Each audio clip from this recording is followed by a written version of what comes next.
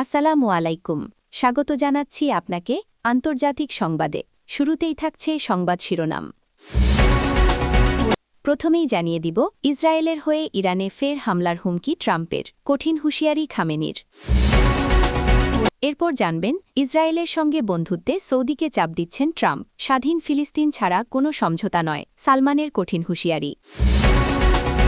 আরও জানবেন, সামরিক মহড়ার মধ্যেই ভারতের জলসীমায় রকেট ছুড়েছে চীন, চরম দুষ্টিব্যায় মোদী সরকার। পুতিনের বাসভবনে ড্রোন হামলা, ইউক্রেনকে দায়ী করে রাশিয়ার পারমাণবিক হামলার ঘোষণা। সর্বশেষ জানবেন, সৌদির নেতৃত্বে ইয়েমেনি বন্দরে আবারও বিমান হামলা, মুসলিম বিশ্বে নিন্দার ঝড়।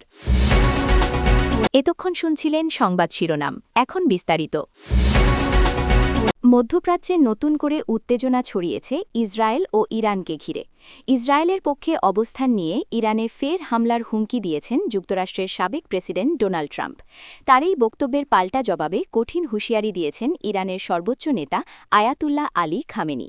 এতে করে গোটা অঞ্চল জুড়ে যুদ্ধের আশঙ্কা আরও গভীর হয়েছে। সাম্প্রতিক এক রাজনৈতিক বক্তব্যে ট্রাম্প বলেন, ইরান যদি ইসরায়েলের বিরুদ্ধে কোনো ধরনের আগ্রাসী পদক্ষেপ নেয়, তাহলে ইসরায়েলকে রক্ষা করতে যুক্তরাষ্ট্র কঠোর ব্যবস্থা নিতে পারে।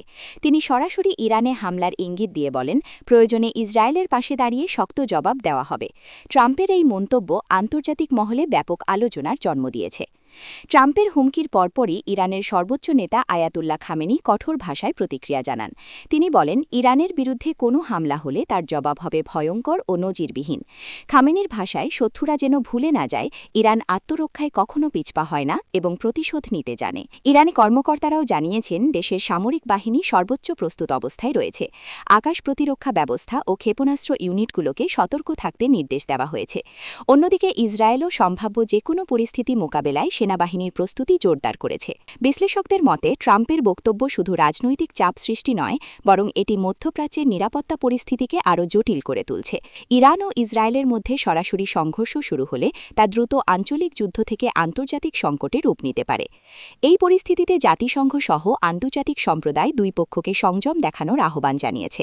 তবে ট্রাম্পের হুমকি ও খামেনির কঠিন বার্তার পর স্পষ্ট হয়ে উঠছে, মধ্যপ্রাচ্যে যে কোনো সময় বড় ধরনের সংঘাতের আশঙ্কা উড়িয়ে দেওয়া যাচ্ছে না। এরপর জানবেন, মধ্যপ্রাচ্যের রাজনীতিতে নতুন করে উত্তেজনা সৃষ্টি হয়েছে। ইসরায়েলের সঙ্গে কূটনৈতিক সম্পর্ক স্বাভাবিক করতে সৌদি আরবের ওপর চাপ বাড়াচ্ছেন যুক্তরাষ্ট্রের সাবেক প্রেসিডেন্ট ডোনাল্ড ট্রাম্প। তবে সৌদি যুবরাজ মোহাম্মদ বিন সালমান স্পষ্ট করে জানিয়ে দিয়েছেন, স্বাধীন ফিলিস্তিন রাষ্ট্র প্রতিষ্ঠা ছাড়া ইসরায়েলের সঙ্গে কোনো ধরনের সমঝোতায় যাবে না রিয়াদ।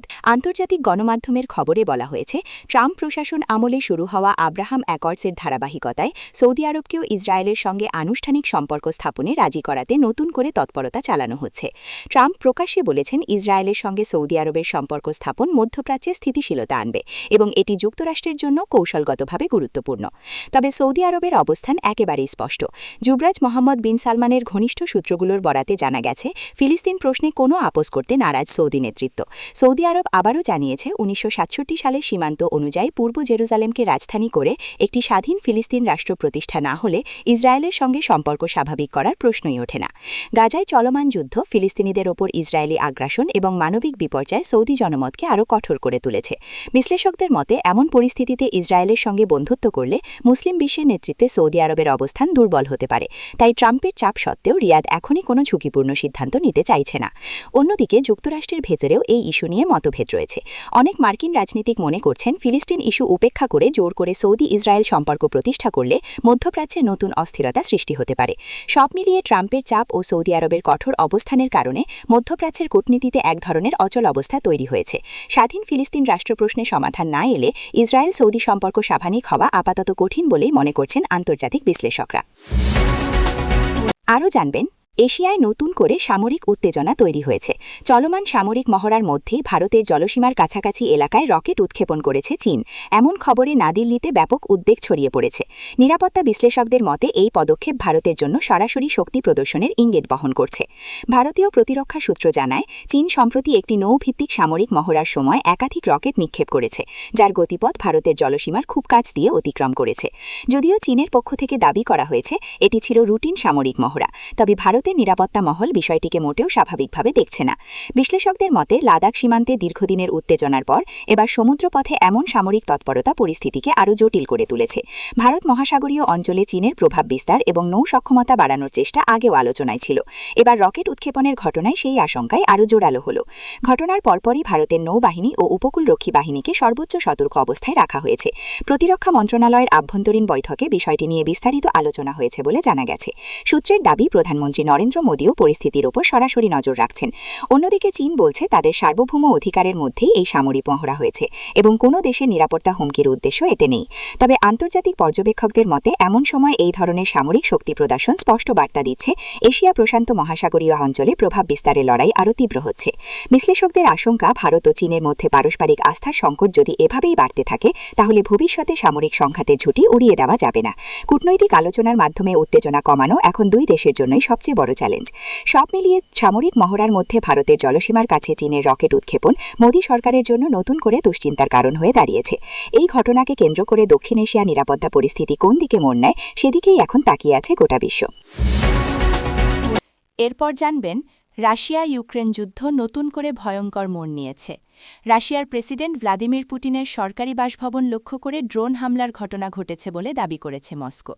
রুশ কর্তৃপক্ষ এই হামলার জন্য সরাসরি ইউক্রেনকে দায়ী করেছে। ঘটনার পরপরই রাশিয়া কঠোর প্রতিক্রিয়া জানিয়ে পারমাণবিক হামলার হুঁশিয়ারি দিয়েছে, যা বিশ্বজুড়ে গভীর উদ্বেগ সৃষ্টি করেছে। ক্রেমলিন সূত্র জানায়, গভীর রাতে পুতিনের বাসভবনের আকাশে একাধিক ড্রোন শনাক্ত করা হয়।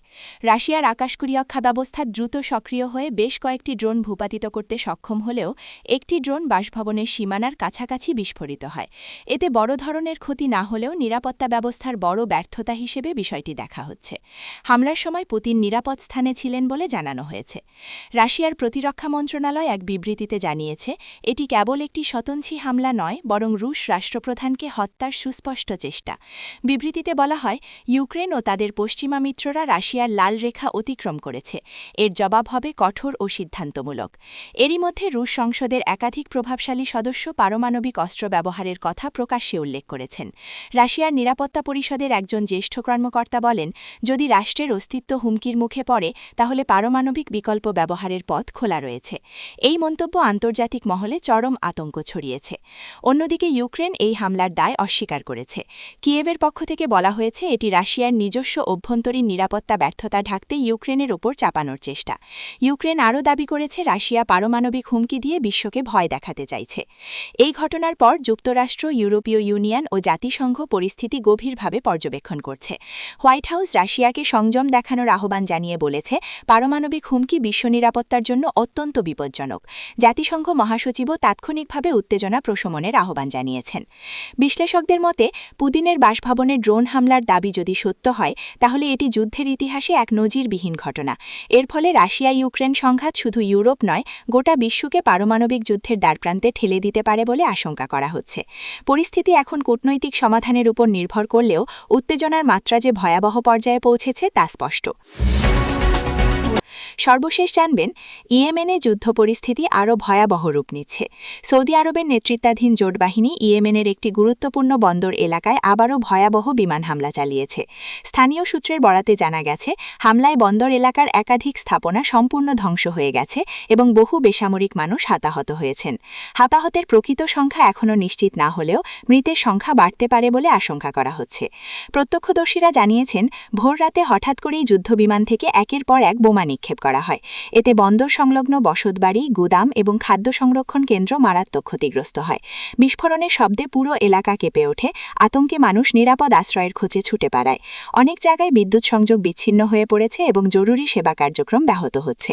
ইয়েমেনের স্বাস্থ্য মন্ত্রণালয় জানিয়েছে, আহতদের হাসপাতালে নেওয়া হচ্ছে, কিন্তু পর্যাপ্ত ওষুধ ও চিকিৎসা সরঞ্জামের অভাবে চিকিৎসা দিতে হিমশিম খেতে হচ্ছে। যুদ্ধের কারণে আগেই মানবিক সংকটে থাকা ইয়েমেনে এই হামলা পরিস্থিতিকে আরও ভয়াবহ করে তুলেছে।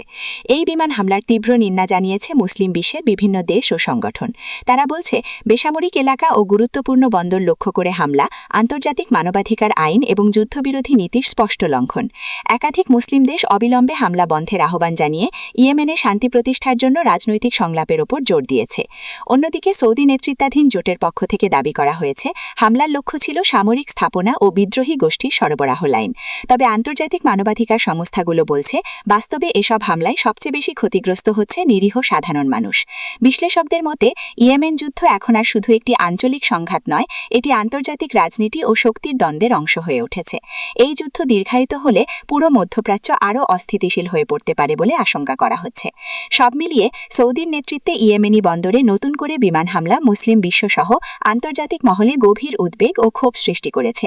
শান্তি ও মানবিক সমাধানের পথ ছেড়ে সহিংসতার পথ অব্যাহত থাকলে এর পরিণতি যে আরও ভয়াবহ হবে সে বিষয়ে সতর্ক করছেন বিশ্লেষকরা।